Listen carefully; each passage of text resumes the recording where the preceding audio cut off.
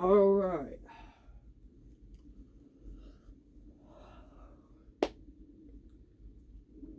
Now, it's the holiday season, and you want to give your metalhead friend a gift, a studio album that they don't have. And this is a last minute gift. You procrastinated until 2 days until Christmas.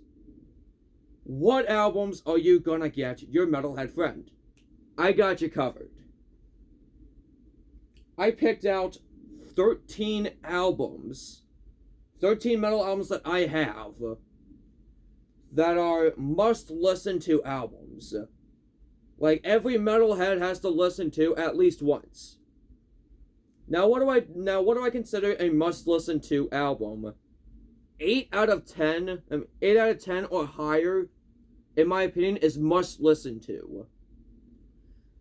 But 3 out of 10 is a 3 out of 10 or lower, or lower than a 4 out of 10. That means no listen. Stay away from that album. Here's a good example of a less than 4 out of 10 album. This album is a 3.5 out of 10. Risk. God awful album. But these sounds right here, all of them are 8 out of 10 or better. So let's just go through them one by one. Let's start off with, if your metalhead friend just got into metal not too long ago, we're going to take a look at some Metallica albums. Now, here we go. The first 5 Metallica albums and Death Magnetic are 100% recommendations. Let's go through them in order. Starting off with Kill 'Em All. Kill 'Em All is like an 8.5 out of 10. I mean, there isn't a bad song off this album. Closest thing to a bad song is, I'd say, Anesthesia, Pulling Teeth, or I'm gonna butcher that name, but Pulling Teeth is like the only skippable song. No, it's not the only skippable song. There's also Metal Militia, that's a skippable song, even though that's like the last song off the album, which Metal Militia, very awful name, by the way, but this is an 8.5 out of 10 in my opinion. It's got a lot of great songs on here, like from Metallica's discography, and a lot of their deep cuts are right here too. I feel like that your metalhead friend will enjoy songs like Motor Breath, No Remorse, of course, Seek and Destroy. Like Metallica's first ever song that got them famous. Yeah. So Kill 'Em All, definitely a recommendation. Ride the Lightning. First of all, if you say this is better than Master of Puppets, screw you, it's not. First of all, let me get that out of the way. This is a 9.5 out of 10. Why do I say this is a 9.5 out of 10? Well, it's because that Call of Cthulhu is, which is an instrumental, it's placed at the last track. An instrumental should not be placed at the last track of an album. That just makes it feel like filler. And Escape is also a pretty skippable song as well. But overall, very solid album. And I'd say this, Master of Puppets, or of course the self-titled Black Album, one of those three are great options for your first Metallica album. I mean, you've got Fight Fire with Fire, For Whom the Bell Tolls, Fade to Black, and then we of course have Creeping Death, that iconic crowd chant there as well. So yeah, definitely a must recommendation. And hey, we got our first 10 out of 10 album, Master of Puppets, baby! This also has my favorite song of all time, the self-titled song of this album, the 8-minute masterpiece of this album. 10 out of 10. Every metalhead needs to listen to this album at least once. At least, I mean, every metalhead needs to listen to this album at least once. Like, you gotta do it. I even have this on vinyl too. I've got Ride the Lightning and the Black Album too on vinyl as well. I mean, come on, you got songs like Sanitarium, Disposable Heroes, Damage Incorporated, and of course, the song I just mentioned right now, Master of Puppets. I mean, absolute masterpiece of an album. If you say that this is the best Metallica album out there, maybe even the best metal album out there of all time, great option. Now, And Justice for All. I'd say this is an 8.8 out of 10. Ugh. And here it is. You've got songs like Blackened One, which is the absolute iconic song. One is all about a movie. It's based off of a movie called Jimmy Got Your Gun. Jimmy Got His Gun, or whatever. What of the title of that movie is called. And it's such a powerful song. 100% would recommend. If you're not going to listen to this album entirely, at least listen to one. That song right there. And then of course you have Harvester of Sorrow and the phenomenal closer, which is Dyer's Eve. I'm torn between either Dyer's Eve or Damage Incorporated as the better closer. I'd say Damage Incorporated by a little bit because it has a better guitar solo, but Dyer's Eve is still amazing. Now,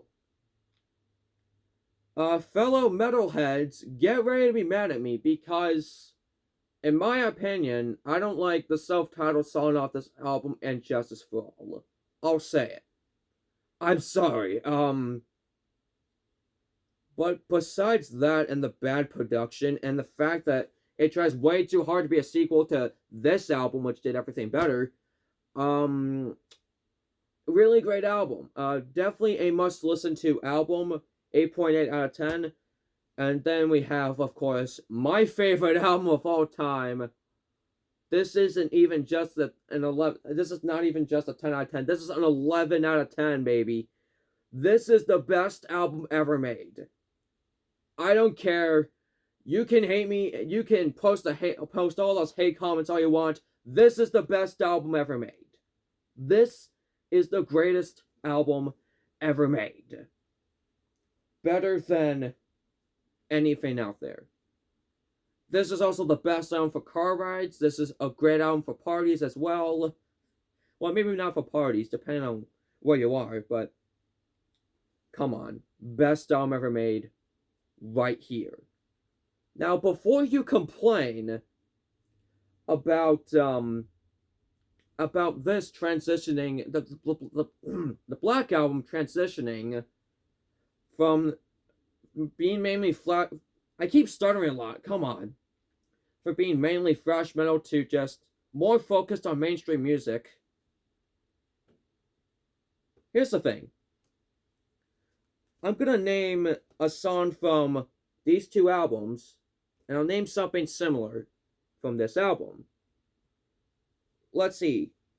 Sanitarium from Master of Puppets. Similar track, Holier Than Thou.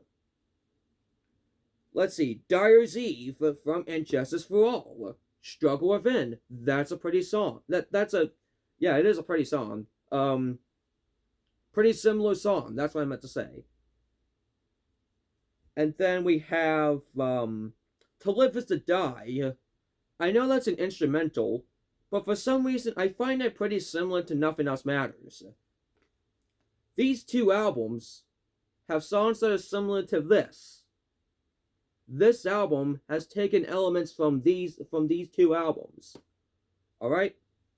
And if your friend is also really into groove metal, again, the previously mentioned Holier Than Thou, and of course you also have groove metal like songs like Through the Never as well. This also has some elements of thrash metal, like Wherever I May Roam, and of course Struggle Within. And then you have the biggest hits from Metallica's discography, like, of course, the universally beloved song Enter Sandman, The Unforgiven, and of course, my personal favorite song off this album, Nothing Else Matters. So, and then we're gonna skip 17 years later, I think, to Death Magnetic. Again, fellow metalheads, I think this is better than And Justice for All. I've met somebody before that said that this is their favorite album, favorite Metallica album. So that too. Um, there is not a single. These two albums, in my opinion, are pretty similar. They're pretty similar to each other, except that this one is like 15 minutes longer. Um, yeah, these albums are pretty similar, but they both have bad production. They both have an instrumental as the second to last track, and their final songs are both pretty similar to each other. Not to mention, they both have a very awesome beginning to it, with Death Magnetic being That Was Just Your Life, and Blackened from And Justice for All. So why do I think this is better than this? Simple. There's not a single bad song off this album. Which is why I feel like the Death Magnetic 100% recommendation. Also, can people stop hating on the end of the line? I'm tired of the end of the line hate. Okay, that's enough from Metallica. Now let's take a look at my other favorite band, Megadeth. Now, I haven't listened to every single Megadeth album before. I haven't listened to every single Megadeth album, but I think I have listened to enough Megadeth albums to be a fan. I mean, I've got a Megadeth shirt, and I've listened to Killing Is My Business, and Killing Is My Business, and Business Is Good. Peace Sells, But Who's Buying? So Far So Good, So What? Of course, Rust in Peace. You gotta listen to this one. We'll get to that one later. Countdown to Extinction, which I got a shirt of that. Risk. The World Needs a Hero, and The Sick, the Dying, The Sick, the Dead, and the Dying. I think that's what it's called. But out of the 7 or 8 albums I've listened to from Megadeth, I have 3 must-listen-to albums. Starting off, we have Peace Sells, But Who's Buying? 2 songs that are rather skippable. The Conjuring and I Ain't Superstitious. Which, I Ain't Superstitious is a cover. So there's that. And The Conjuring, not a huge fan of, but still. I guess it's an okay song. There is a lot of great songs from this album. You have Peace Sells, the self-titled song. You have Bad Omen, which has a really great guitar riff to start us off. I'm not sure if it's a bass riff or not. It's probably not. And then we have the absolutely phenomenal closer, My Last Words. Besides the self-titled song, Peace Sells, probably my favorite song off this album. And seriously, My Last Words is probably Megadeth's most underrated song. So there's that. Oh yeah, and this, I'd say, is an 8.7 out of 10. Just a little bit worse than And Justice for All, I'd say. And then, oops, how did I skip Rust in Peace? Seriously, Rust in Peace, I mean, come on. This is one of the greatest albums ever made. Period. A lot of people say that this is like the greatest metal album of all time. I can't blame them, like, at all. You have songs like Holy War's The Punishment Due, Hangar 18, Five's Magic, Tornado of Souls. Every single song off this album is perfect. Every single song. From the minimalism of Dawn Patrol, perfectly building up to Rust in Peace Polaris. The awesome guitar solo of Five's Magic. Everything is perfect from this album. 100% recommendation. And then finally, Countdown to Extinction. Now, this is a pretty similar album to the Black Album. This is Megadeth's biggest hit album, charting at number 2 on the Billboard Hot 200, on Billboard 200.